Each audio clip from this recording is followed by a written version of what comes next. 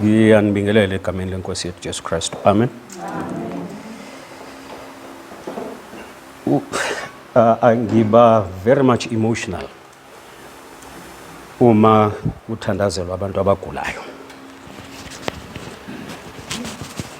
I've tried to find out why. I've decided not to try to find out anymore because I don't get the answers. Maybe iloko uNkulunkulu afuna ukuthi ngikwenze.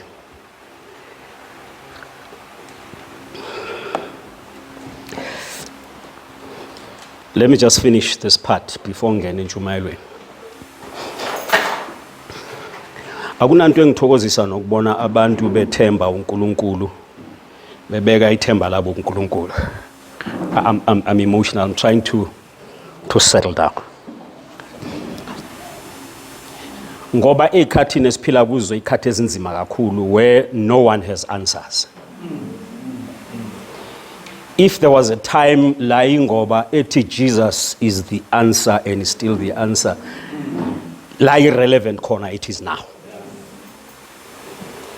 If maybe before you never understood why lengoma itu Jesu uyimpendulo, I think right now, if you don't understand yet, you will understand. Ngomei, things that I discovered. I want to close this chapter. I'm trying to settle. I just want to settle. If Bengeko so, I think I would have just started right now. But Ngomei, I'm moving out of Joburg. I planned to go by October, I must be out of this place in Yoshalema Panjin. And Lord has just blessed me with a farm. And I've started doing things there. But something happened in that farm. Why I ngayo? Something happened one night. Go May. It was just a beginning of May. I think April. I was sleeping in a rondavel that I started building before I started developing ezinye izinto. And something in the middle of the night, I'm not sure what time is it, but ngilala late, I was gulala early. And ngilala only 2 hours. I can't sleep more than that. The moment ngilala lapho umzimba mvelushise ngazi ukwenzakalani, I need to kick lezo ngubo only 2 hours and I'm fine. Don't ever think that I will never be functional. I will be functional as normal. But ngavuka and something says yehle embhedeni uyolala phansi. And ngehla ngayolala phansi. I slept, I think, half a night on the floor. Akufike engqondweni kimi ukuthi this farm igcwele amanzi. There's a lot of water. If you dig, I think about 100 meters, you get water. I saw that umang bora ngenzi borehole. But ngavuka ekseni ngigula. Kakhulu. I tried to ngifuna ukuthi kwenzakalani, what happened? Ngiyajwayela ukulala phansi on the floor. Sometimes umbhede, you know, kumele ukulale in a hard surface. So but I woke up very sickly. I drove immediately ngabuya ngeze ekhaya because I was alone in that place. Ngibona ukuthi into engiphethe angiyazi ukuthi yini, I might die here alone.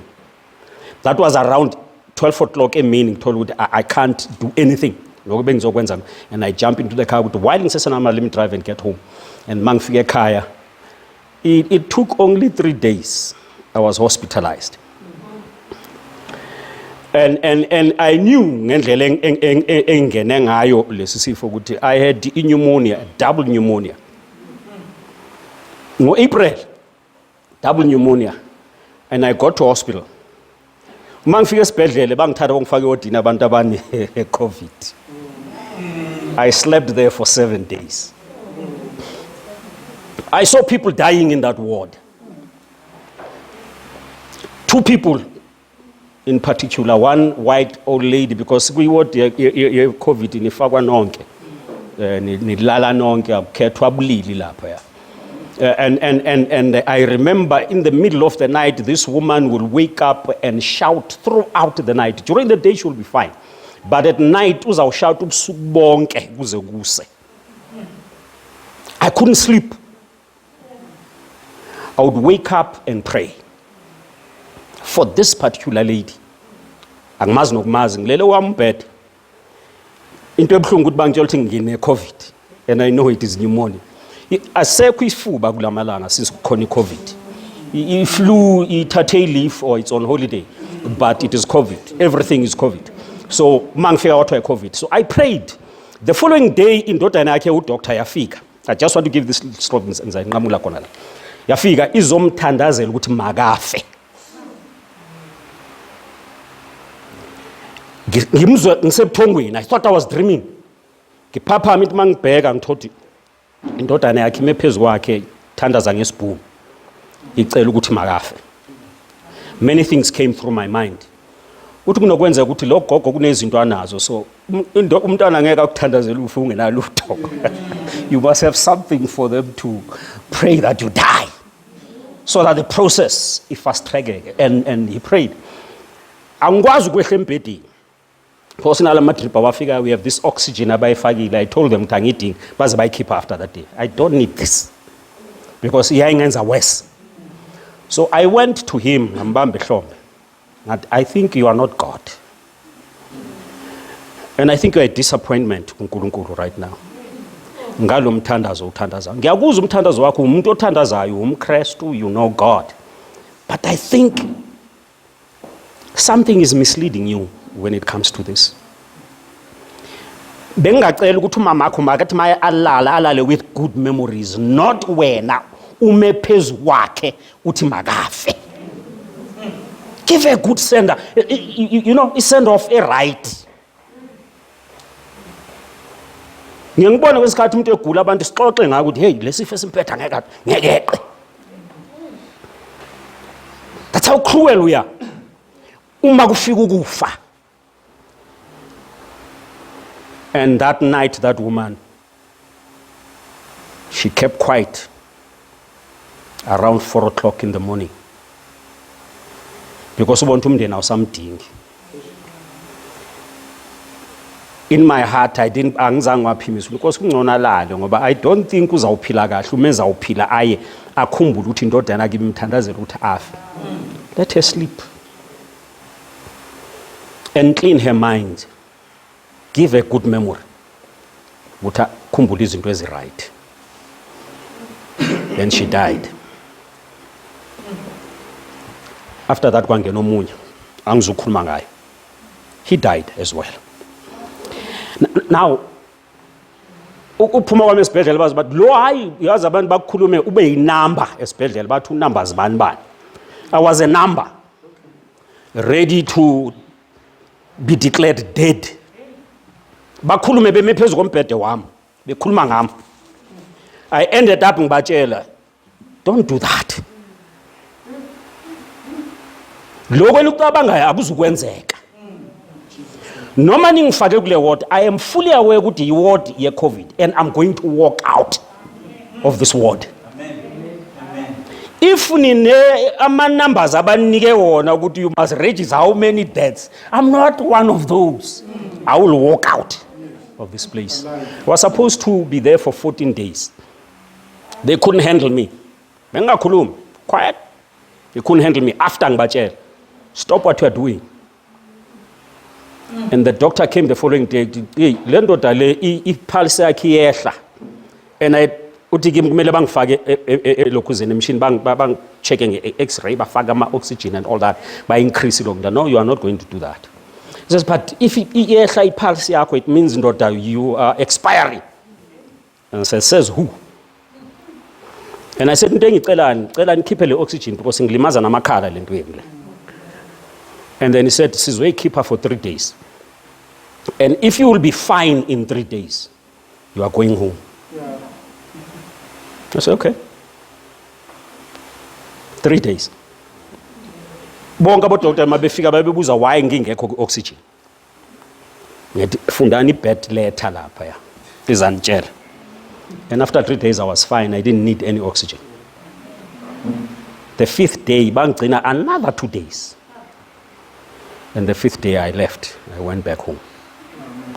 So kungivisa ubuhlungu kakhulu uma abantu bedlula esikhathini esinje. I don't know, of late inyembezi anginazo. Doctor told me that. Ngazalwa nginazo, umama wayengishaya athi uyangibulala ngoba kungaphuma inyembezi athi ngiyadelela. I discovered when I was 33 years old ukuthi I don't have them. She almost beat me to death. Akubuye ke size ekhaya ke manje kwezikaNkulunkulu. Asivulela incwadi ka-Exodus chapter 33. Angizoyifunda yonke. I will just glide over it because it is a well-known story. Chapter 33, kusuka verse 1. Read it for yourself. Uma unesikhathi ngoba ina only 23 verses. It's not that long. Before you know it, uzabuqedile ukuyifunda and you'll have a full understanding of what is happening here. It is a story of Moses. Uma wayehola abantwana baka-Israel bephuma eGibhite beya eCanaan. They went through worst of times. Kunzima ohambeni abalihambayo. History tells us ukuthi it was a journey that was supposed to take only 3 weeks. But it took 40 years. And you sit and think, how can people walk a distance here 3 weeks in 40 years? What was the issue? Bekwenzakalani? Kuyakuthi ngezinye ikhathi uma sihlangabezana neyinkinga sibona ingathi zithatha isikhathi eside. Simply because God just delays his healing power ukuthi mayifike kithi, simply because asikakafinyeleli with full understanding of how God operates. Babu khothe ulokhuza uJohn chapter 11. Christ says kwenze kahle ukuthi ngabikho. So that ngokufa kwakhe abantu bazi ukuthi ngithunywe uNkulunkulu. And Jesus comes after 3 days, the 4th day, but hayi sekuyabola, and Christ says mvulanitshe aphume. Simply because people, they have this faint understanding yokuthi uNkulunkulu usebenza kanjani. What is it that God needs in us in order for him to act ngesikhathi esicabanga ukuthi kumele akuthe ngaso? But 2 things. One, uNkulunkulu is not operating within our time frame. Because uma uNkulunkulu operator kwesethu isikhathi, he is not God, he is one of us. He is not controlled by time. In fact, God is time himself.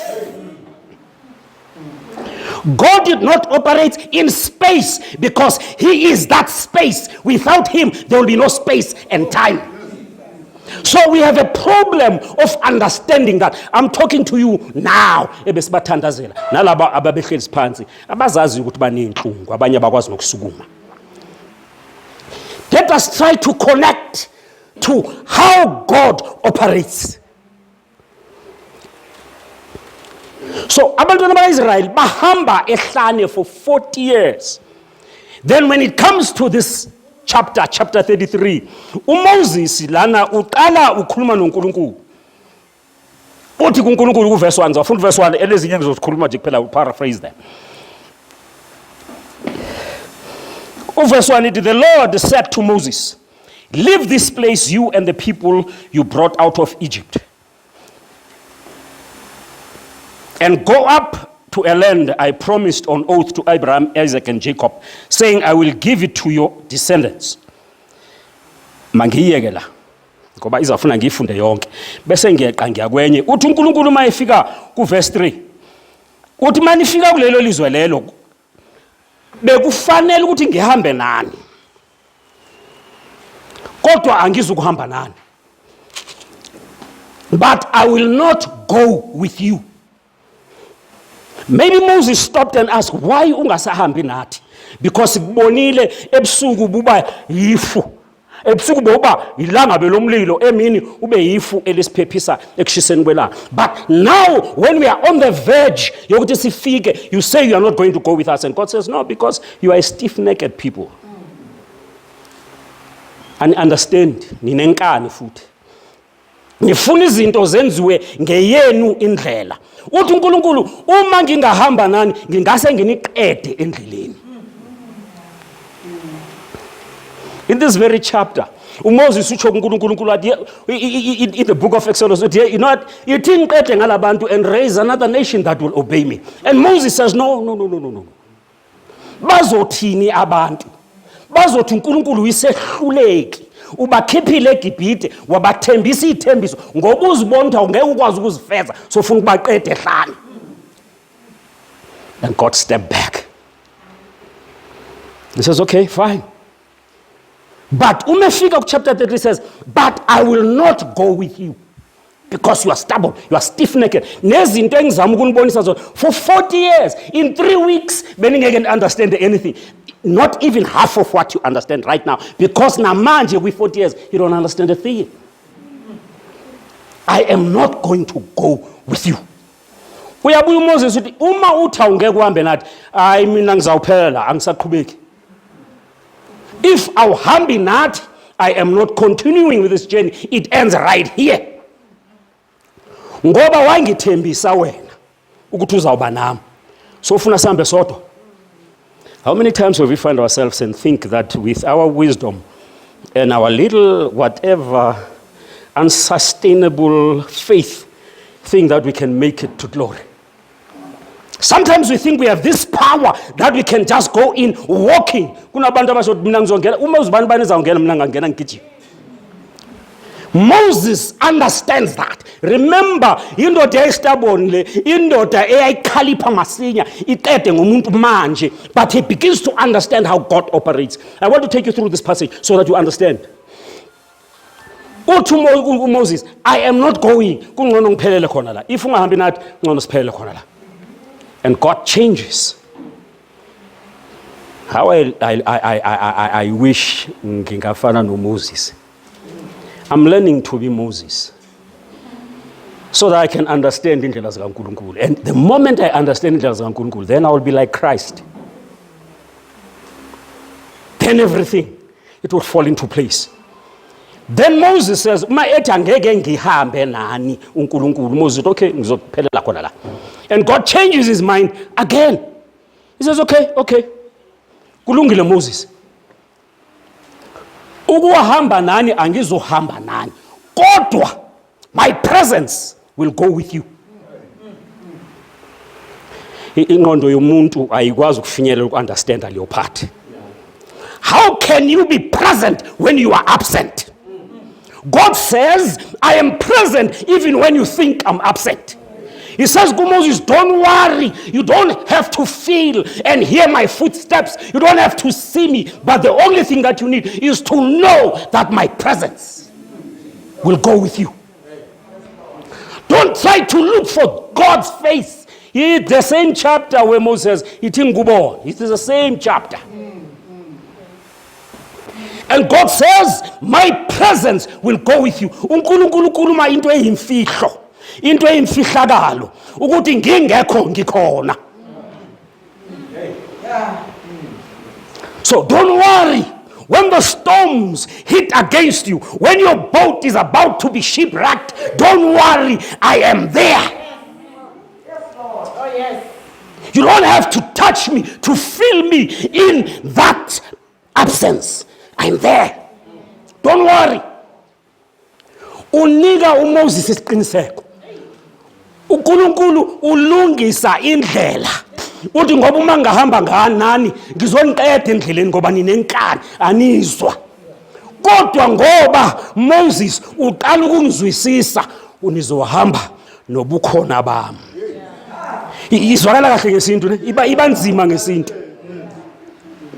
Uthi ngizabe ngekho kodwa ubukhona bami buzabe bukhona. So why worry When you don't feel God, what you need to know is just to know that He is present. That's it. uNkulunkulu yenze yabalula lento. You don't have to climb a mountain and call Him so that you can bring Him down. God says you don't need that. That's too much for you. You can't handle that. Because ngizathi ngehlala nguqeda ungakafika endlini ngoba kuzavuka imikhuba yakho. So it is enough to have my presence. Now let me tell you, ithi ngiye kwenye into ngiye kule nto ngifuna ukuyisheshisa. And uyabona manje uNkulunkulu wehla nayo. Uthi uMoses kuNkulunkulu, okay, uma ke ubukhona bakho buzawuhamba nathi. Ngingumuntu wenyama negazi uNkulunkulu, you better understand that it is difficult to comprehend spiritual things. I'm still walking on the dusty street of earth. I'm still passing the rivers. I'm still going up the mountains and down the valleys. I'm still human. There are things that I don't comprehend. Ngiyakuzwa ukuthi ubukhona bakho. You see confusion kaMoses. Moses understand the concept yokuba absent while you are present. And he says, uma usho njalo ke uNkulunkulu, angizukuphikisa kodwa ithi ngibona inkazimulo yakho. Umuntu loyo le? Give me a sign. How many times have you prayed for something and you really pray sincerely, but ekugcineni bese uyivala ngoline oyicimayo? You kneel down in your prayer, you even feel the presence of God. Ukuthi yabona manje akufani nezinye insuku, ngiyazizwa ukuthi ngisekufihlakaleni kukaNkulunkulu, but bese uyivala ngo-0 and you delete. Uthi umizwa okwenzeka lento uNkulunkulu ngicela ungibonise. God says, let us have spiritual eyes. That's what He was saying to Moses. Moses, you cannot see. In fact, my figure almost said, ithi ngibona inkazimulo yakho uNkulunkulu hayibo. Angibonwa umuntu aphile. Ufuna into enzima Moses. But Moses was ready to see God and die. That was good enough for him, and say, at least uhambo lwami enguluhambile noma ngiyeka quleka ngafa la uNkulunkulu ethi akasazi ukuqhubeka nathi kodwa ngizofa ngimbonile. God, I am not taking a no for an answer. My answer that I'm looking for is yes, let me see your glory. Ngiba nombono we discussion phakathi koNkulunkulu noMoses. uNkulunkulu trying to convince Moses this cannot happen. Not ukuthi angikwazi kuyenza, I can do it, but you cannot handle it. The moment you see me, you are dead. Moses, so be it. So be it. Ungayivali ngokuyicima. uMoses uzama ukunderstanda the concept ye presence while you are absent. Kodwa uza nale doubt esiba nayo thina yokuthi inkosi ngiyakuzwa ukuthi uzaba khona ungekho, but I don't understand that. At least awuvele ke ngubone ukuthi mangaba at least ngibe ne picture yokuthi ubani lo muntu ongithumile. Just give me a picture. How many times, you know, uma ngangikhula kwakunezitori esasizenza kusaba school. Ngeke aba Sabbath school superintendent for 10 years. I think in church akhonto engazange ngiyenze. Ebuncaneni bami. I became a church board member at the age of 12. I was baptized when I was 11 years. Just masibuye ukubhabhadizwa eTabernacle. I was elected into a position because it was not a meeting, I just forget what was the meeting at Tabernacle.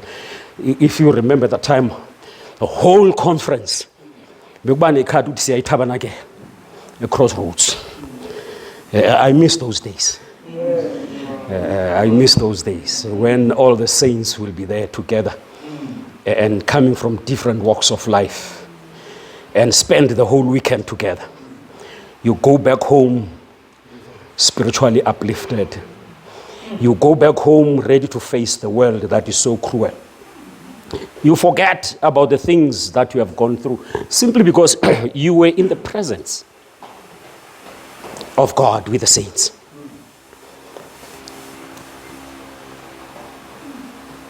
Kusaba school kwakune story sasivama uxoxa engangas-understand. Nizangixolela nasebhayibhelini khona ezinye engazi-understand. Kufana nesikaGideon. Angam-understand uGideon. Uyathunywa uNkulunkulu uGideon uthi kulungile-ke umuthi mangiye ngibonise ukuthi sizawuwina. If you are going to 2 Chronicles chapter 20, you have a guy who trusted God, who started singing praises before the actual battle. Jehoshaphat didn't wait to win the battle. He sent his priests to sing while they were going to the battlefield, not knowing the results. That's faith. Not knowing the results. And God says, Pumani niyo manje, just take your position and watch what I'm capable of. Wow. Why don't I trust to a person who's so proud of himself, says, just stand and watch what I'm capable of. Inkinga yethu sesingene phakathi koNkulunkulu efuna ukwenza into yakhe.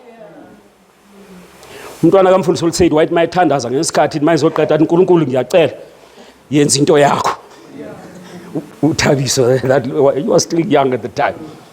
And I'll open my eyes and look at this boy and I'll see sincerity in his face and say, wow, yenza into yakho. Siqedile ukukhuluma thina siqeda ukuthandaza, yenza into yakho. We give everything to you. Do your thing. But kunale story sasikhona ukuthi uGideon uthi uNkulunkulu ngizobeka uboya uze wathesta uNkulunkulu kabili. Ngizathi mangivuke ekseni ngivuke bumanzi kube komile eceleni. uNkulunkulu uyakwenza lokho ukuthi okay, this time ngiyashintsha.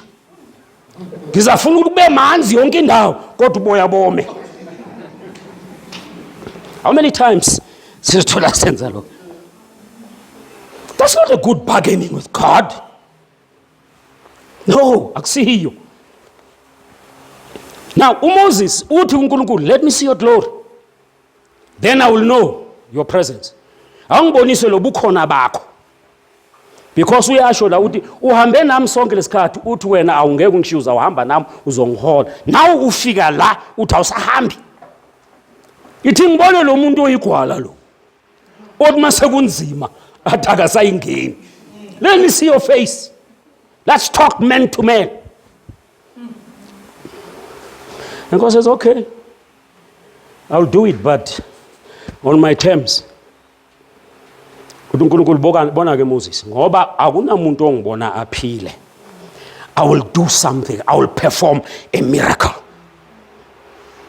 A miracle is something that happens out of the ordinary.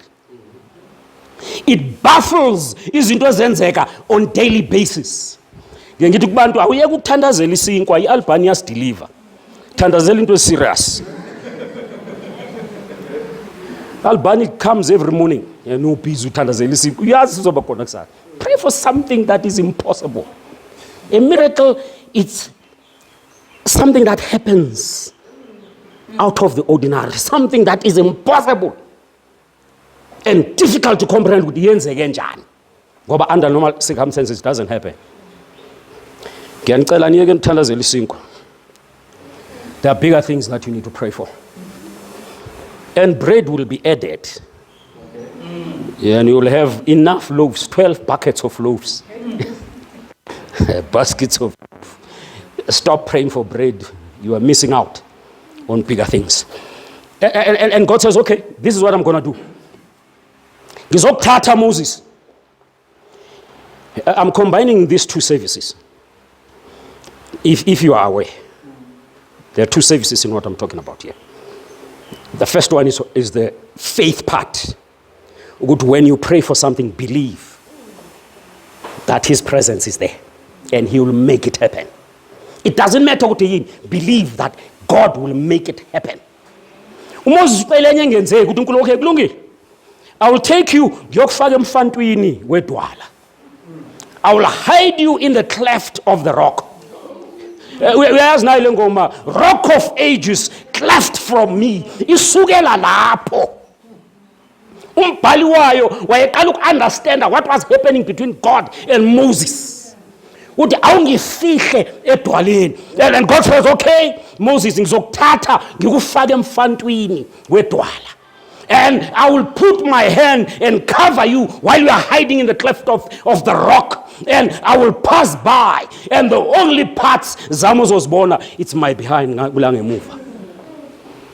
You'll see me as I walk by.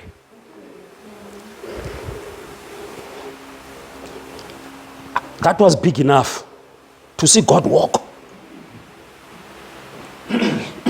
In the rest of the Bible, except Christ,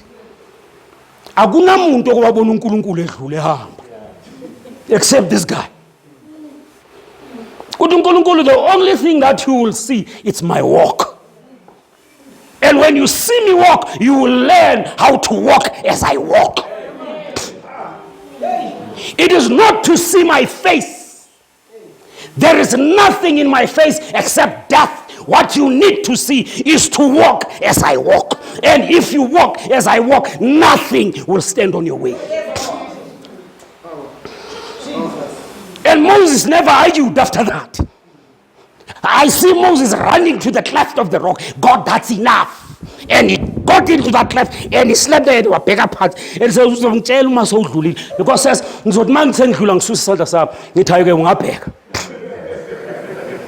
and he went in there. That's the picture that I have. And he hid in there and said, and Moses hid there, and God covered him with his hand, and God passed by. And when the time was right, not Moses' time, when God's time was right, then God lifted his hand of grace and mercy, because what kept Moses alive, it was God's grace and mercy on him. Without God's hand, Moses would have survived. Amen. Oh yes, Lord. When God's time strike o'clock, and God says, yeah, you can watch. And I see that man, I'm trying to give. And then he comes out of that, and he lifted his head, and he looked, and his eyes followed the footsteps of God, and he saw God's walking. How I wish I could just see that. I'm struggling with that. I am learning to walk like Jesus. I fail every day. But how I wish if I can just see him so that I can learn how to walk. Kuthiwa umama wenkalankala wakwasha abantwana ethi wayini hamba ngohlangothi niyale abantwana bambuka ba sizokwenza njani ngoba sibona kuwe la. Every time angihambi straight simply because I haven't seen God's walk. That's my struggle. That's what I'm struggling with, just to see him passing by. Angasho lutho. So that I can see how to walk like God. Like God. That's why Moses, man, conquered Egypt. That's why Moses performed many things that baffles the mind, your muntu, an ordinary mind. That we can't understand, we can't comprehend. How did he do it? Because he saw how God walked. Remember, he was a murderer. You go to the book of Hebrews, you'll find, but he's counted among the faithful. Moses, the murderer. What changed Moses? It's God's walk. When he saw God passing by. Let it be our struggle. Let it be what we yearning to see. Just to see God passing by. Let's talk about the hand. I said it is God's grace and mercy. What's that? That's Jesus Christ personified. In fact, grace, that's the hand of God. Because every time when we go through difficult times, God stretches his hand and covers so that evil cannot touch us. But when now we are faced with difficult things, God calls the rock, and that rock is Jesus. Apostle Paul said, that rock was Jesus. It is the same rock uMoses wasifihla kulo. Uma wayengasifihlanga kuJesu ngaba wafa. Do you see New Testament in the Old Testament? Jesus crucified in the book of Exodus. That if we allow his blood to dribble on us, God's mercy and grace will fall upon us.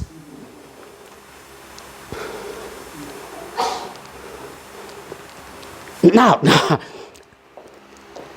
if you are not in Christ, forget it, my brother and sister. The lesson as he told Exodus chapter 33 is us hiding ourselves in Jesus. How do we hide ourselves? Is to accept the sacrifice uJesu asenzela yona. Siyamkele ukuthi isenze safaneleka ukuthi sivele ngaphambi kaNkulunkulu. When we accept him as our personal savior, when we accept his blood and his death on the cross and his resurrection, that we are going to resurrect when he comes the second time, that's what will make us see God. Kungako uJesu athi ngiyindlela nokuphila, akekho ozaya kubaba ngaphandle kwami.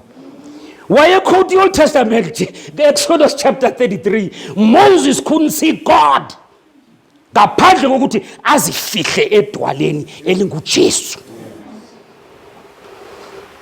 This rock sometimes liyalishintshe. It doesn't only save you from things that are threatening you, things that are putting your life at danger. This rock, it's not only giving you hope when you are hopeless, but this rock supplies what you need. Moses ehlane, uNkulunkulu wathi nali idwala likhombe, and I will show you a miracle. And what mayelikhomba kwaphuma amanzi baphila. That's what Jesus should be in our lives. Yabona ukukhuluma ngesupply, ukhuluma ngento ekuphilisayo, ukhuluma ngento ngeke uphile ngaphandle kwayo. Umnye umfana wakangibuza ngithi kuye ayikho into ekwazi ukusurvive ephilayo ngaphandle kwamanzi. Anything, any living organism, it needs water. Even as I said, desert, they know how to draw water and keep them. The moment lamanzi angaphakathi ngoba aziwa generate, those plants don't generate water. They draw from the source and keep it so that they can survive, because kunesikhathi ehlane la amanzi angabe khona kuvele kushisa, because you know it's hot by day and extremely cold by night. So ama plants, they will need to survive. So God created them so that they can have a way of keeping amanzi in reserve. But you cannot keep what you didn't receive, can you? I know you're thinking here too, because we're 21st century. We reason everything. Ukuthi ngaya ngiwathathe ngiwafake ngiwareserve. No. You need to go constantly to the source. When isomiso sidlulile, go to the source. Because after uthole amanzi okuphila from the source, when you go and face the desert life where difficulties are upon you day in and day out, you have the reserve in you to withstand whatever life throws at you. But remember, electricity uyayazi uNhlapha ukuthi electricity you can generate it, but the more you use it, the more you lose it. The more you must generate it. Sikhuluma nge-load shedding right now. Because abaqhumisa ama oven lamadoda la. I don't think it's a mistake. I think they are doing it deliberately. It's a sabotage. I don't believe that. I don't. With all my heart. South Africa is one demonic country. It's just, unfortunately, I was born in it. And I have no choice but to live in it. If you can check his presence, I got South Africa. Scary stuff. Very scary. Now, kumele uhlale ngasonke isikhathi uyakuphi edwaleni. And when you get to that rock, I'll tell you only one thing. Akukutholi okukodwa okuzokusiza, but we have multiple solutions in that rock. That's why the song says, Jesus is still the answer in the 21st century, because he still supplies as he was supplying before, and he will never stop. He will continue up until the end of times. When you get to the rock, you have solutions for anything and everything under the sun. Moses, when he hid there, he had the opportunity and a privilege to see God. Do you want to see God? I do. I know I will never see him walk. Unless I become stubborn, Joe Moses. But I don't think that's in my character. So I must just try other means. And there's only one, it is Jesus. Yes. That's the best I can do. Learn to walk like Jesus. Have you ever asked yourself why Jesus has to come and walk on the dusty street of this earth? To teach us how to walk. To teach us how God wants us to emulate him. He came as a replica of God, an original copy of God. I understand the finally presence in the absence. An original copy of God. It was God himself walking on earth. Blessed are those who saw him, but they killed him anyway. But when he came here, how to walk like God. That's why it was easy for him to die, because he walked. For 33 years, he walked. He was ready to die. He did what he came to do, to teach us how to walk like God. The plan of salvation is to walk as God walks, and nothing else. Because and God wants to bring us back. And how? Learn to walk like him. Let me close now. The last part, it talks about Jesus. Jesus Christ says in the book of Matthew, in fact, most three of the Gospels, he repeats this thing again and again. And he says, ukuze nikhumbule ngaza ngazokwenza. Hlalani nikwenza lokho. Why esho njalo? Uthi ngaso sonke isikhathi, i-cell phone uyayi-charger, but ayihlali chargile forever because you have charged it once. How many times do you charge it per day so that you can get calls and you can be able to make calls and surf the net, nungene kuma social medias and listen to all the lies that you pick up from there? You need power. Every time, ngenza example ngento iphatha every day. Uthi mawusuka la abanye ngibabona inkonzo yayibheka ise yacima manje ifoni yami. Awekho worried ngaleto la worried. Worried ngefoni izawucima. It has become so important that sometimes we miss prayer time. We change our appointment with God, I don't know how many times a day, simply because there is this something that is going on in the social medias, and then you get hooked in it. And you'll only remember when the battery ikutshela ukuthi seyafleta. Then it's only when you will go and call, oh, konje bekumele ngithandazile. Even the cell phone, you must recharge it. Ukuthi kwazi ukuseva ngendlela efanele ikuseve ngayo. Without recharging it, it is useless.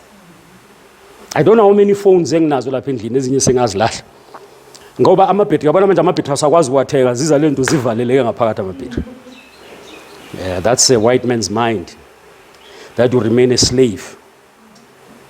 You cannot change into oyithengile, you have no control over it. Uma sebefuna uyothenga enye uzayoyithenga. Uzayoyithenga. Akunanto engidina njengale ukuthi kubuya nini uJesu siphume kuyo yonke lento. Because we can see yonke into eyenziwayo, even izinto ezipermanent, they make them temporary. Simply because you must be a slave forever and depend on them. Batshala imbewu ye dependency. Uzwa futhi basibiza bathi singama-consumers. A consumer is something like a fish that everything that dangles in front of it, it goes for it. And ayibona ukuthi sekunehuku izithola seyisepanini ifrayo ayazi kanjani. Ayazi kanjani. Hey, how did I get here? It's because you swallow everything that dangles. Fashion people. Everything that dangles in front of you, you go for it just like a fish. Consumer, you consume. You don't even check, is it good for me? You consume. Gobble up. I hate that. I hate that. Sekufuna ukusithengisela ilanga manje. Hayi ngiyanibona nise confused. Siyaphuma kwi-grid ye-Eskom. Sifana faka masola. They are saying they are going to charge you for putting a solar on your house. That's energy from God directly, not converted from anything. They want to sell it to us. Understand lo mhlaba usa question uNkulunkulu. I learned about this earth so much that I don't question God anymore. Because every time I think about things as emhlabeni, I'm just yearning for that day. Udiza Nkosi uJesu. Awusiphumuza kuphela esonweni, usiphumuza kulamahamncwa. Buyalazi ihamncwa iba yintoni ngesixhosa. Uzawubuza abanye kuthiwa isixhosa sitolikwe. Okrebe. The sharks who are ready to swallow everything that you generate. They don't care ukuthi uyaphila kusasa noma kwenzakala. And you still question God, and you fail to question a person who have enslaved you all these years up until now. Awubuzi kabili. Umethi 7 o'clock uzawuthola umuntu egijima ejuluke emanzi nte. Egijimela emsebenzini ngoba ibhunu liyamfuna. Abanye baze babe kuma accident simply because uphume late in 5 minutes. But when it comes to God, God will understand. He understands, isn't he? He understands. That's the reason why Simtelel. That's why we take him for granted. He understands.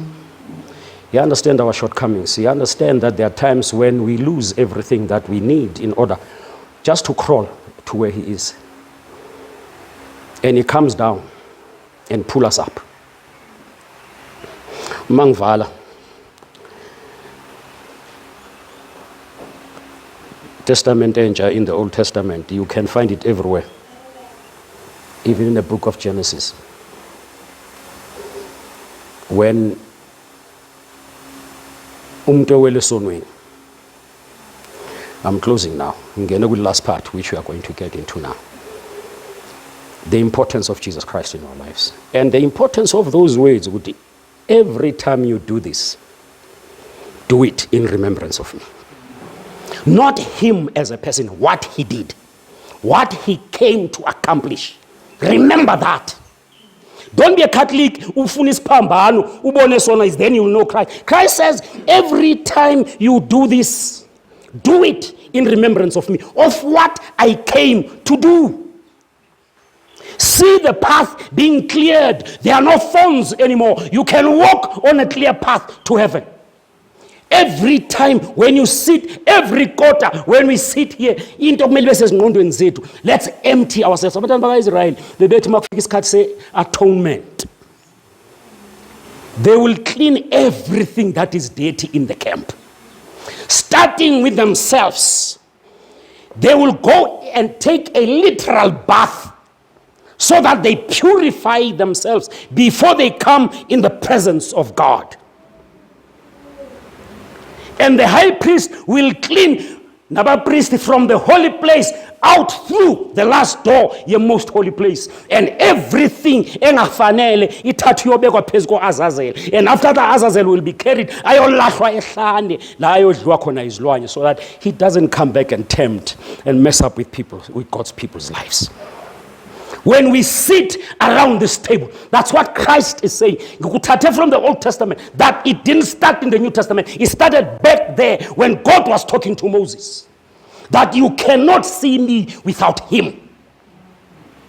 Zifihle kuye ukuthi mangikubheka ngibone yena kuwe, then I will have mercy on you. But if awukho kuKristu, we are not buddies. Every time we see, to me it's one of the most, ukubhabhatizwa ngiyakubona, ukwamkela ngiyakubona. How many people abaye bamamkela uJesu? They are not here today. Some are here only physically, but spiritually they are not here, they are somewhere else. Ngiyakubona ukubhabhatizwa.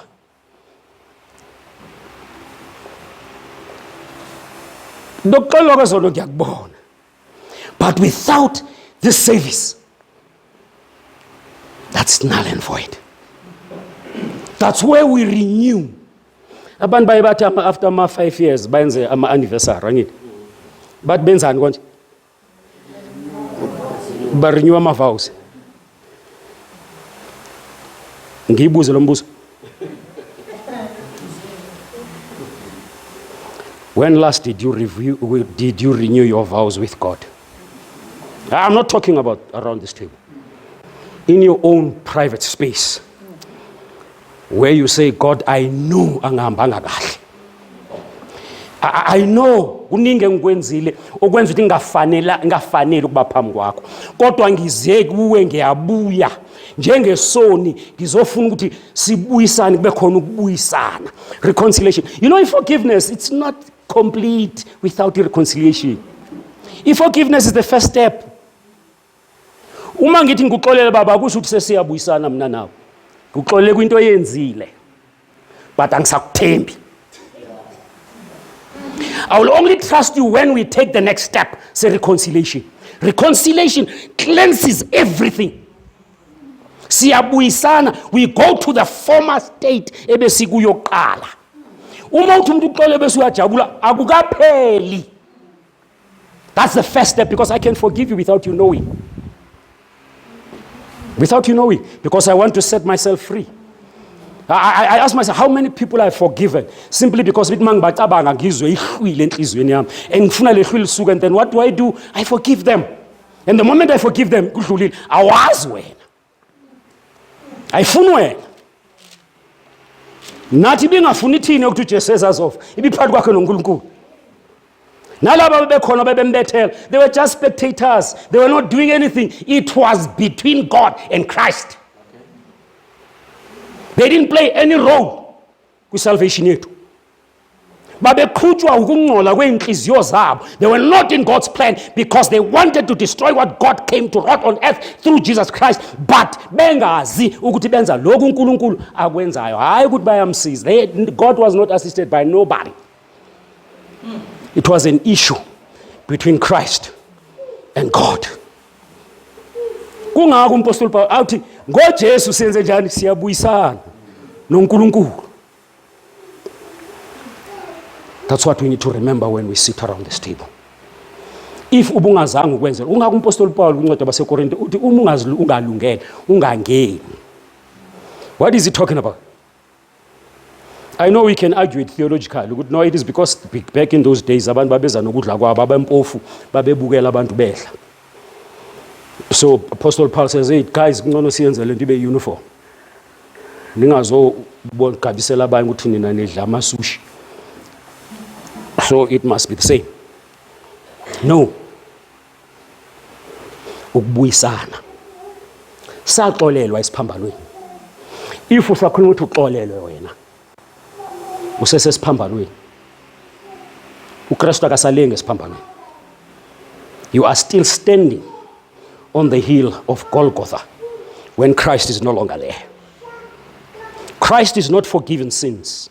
Adventists, do you know what I'm talking about? Unalento kuthiwa i-investigative judgment again. If bengikhuluma nabanye abantu komele ukuthi ngiyichaze, you know what I'm talking about. Ukuthi sikuleyo period now. After uJesu evuka engcwabeni uxolelwa kwaphela. Saxolelwa. Everyone is forgiven. Nalo bulala abantu kwaxolelwa. Do you know that? Yes. Rapists are forgiven. It's just that they don't know it. They were not there when it was announced. The difference between you and them, you are here, you know. But after forgiveness, it's reconciliation. And that's the last step that will usher us in. Nkulunkulu akasona isilima uyenze yabalula, and he says, I will give you a service. A continuous reconciliation, because I know, guys, ukuthi nibuthakathaka. When you prepare for this, I want you to think about these words. Every time in your own private space, when you prepare to announce why Holy Communion, you need to say to yourself, I don't want to miss it. Because if I miss, I might not reconcile with God. Why? You are denying the last step to complete your salvation. I did this long time. After this, lest I get carried away.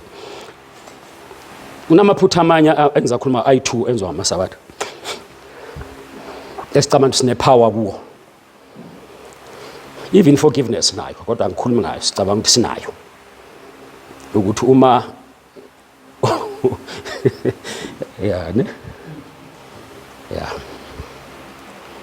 That's why we need to learn to walk like God,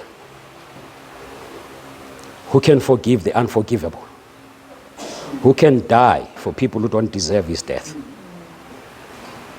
who can decide to take our place on the cross and the grave. When Christ went down to the portals of the grave, he was not sure ukuthi uzaphinda avuke, because ngale kwengcwaba it's second death. Christ was not dying the first death esifayo ukuthi sivuke. He was dying the last death. That's the reason why esho uthi Eloi Eloi lama sabakathana ungishiyeleni, because wayesebona kumnyama indlela engasayiboni ukuthi ngivumile, but it's like ungiflathele, I can't see your face. He was dying the second death. We are privileged ukuthi sisafa lokufa lo.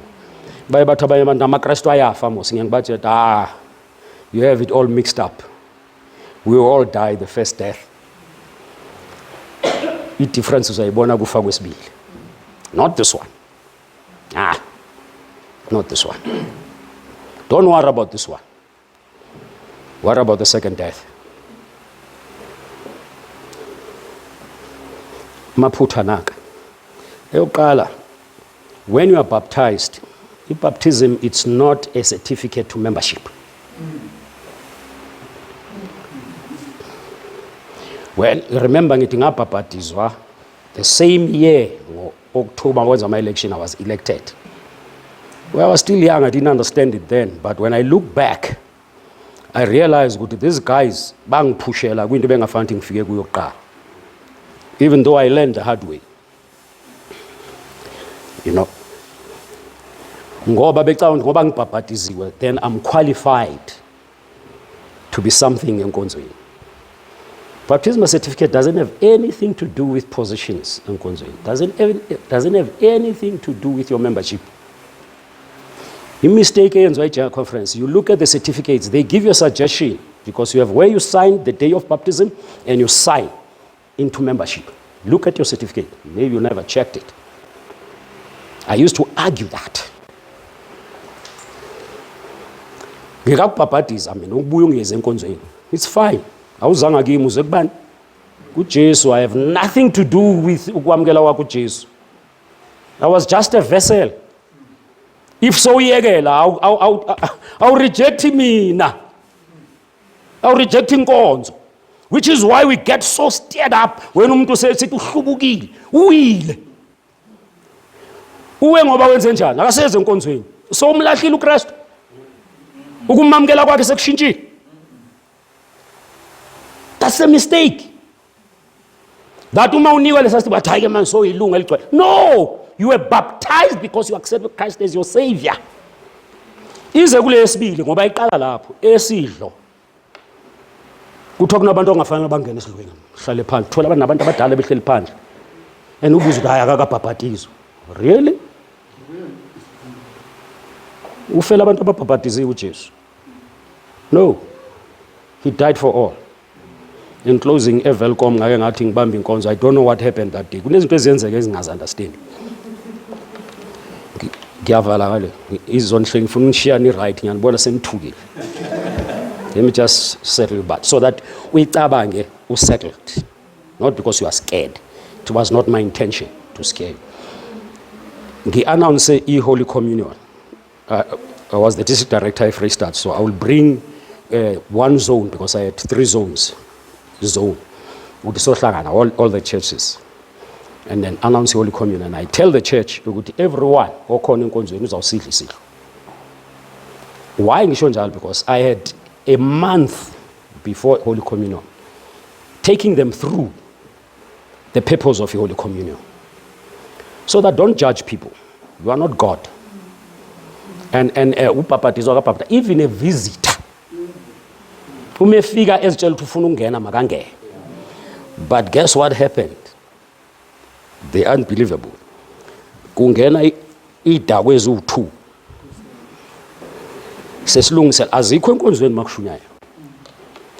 Angazi noma zatshelwa amalungu ebandla ukuthi sifuna ukubona uzakwenzana. I don't know.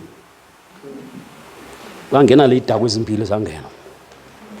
Sema sapheka. Sesilungisile.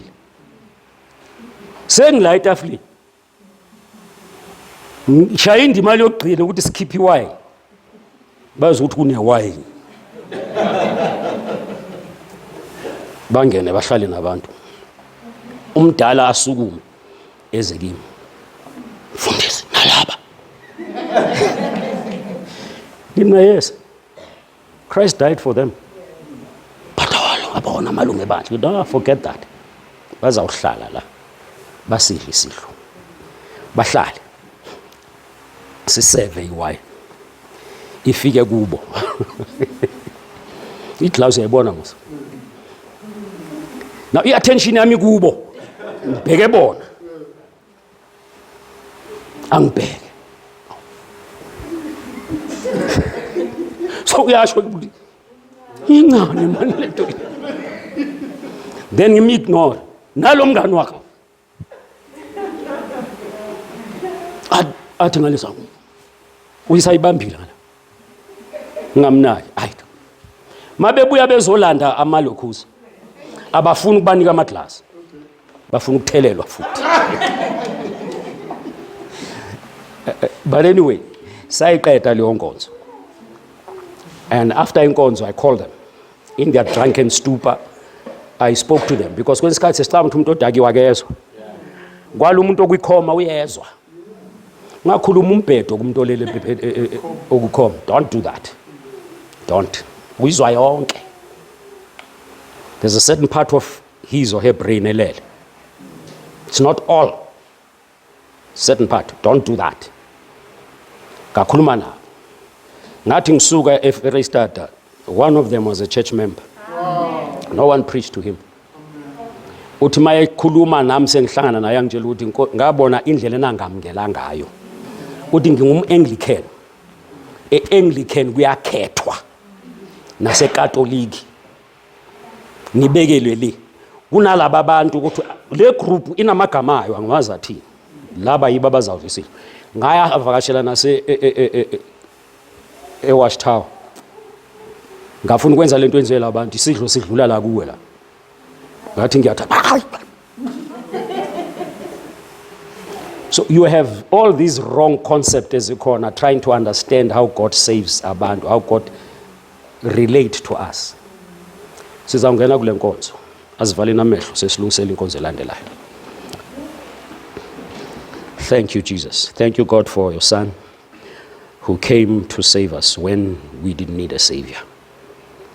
But today we know, Lord, that you did your utmost best. In fact, it is beyond your best because you emptied heaven.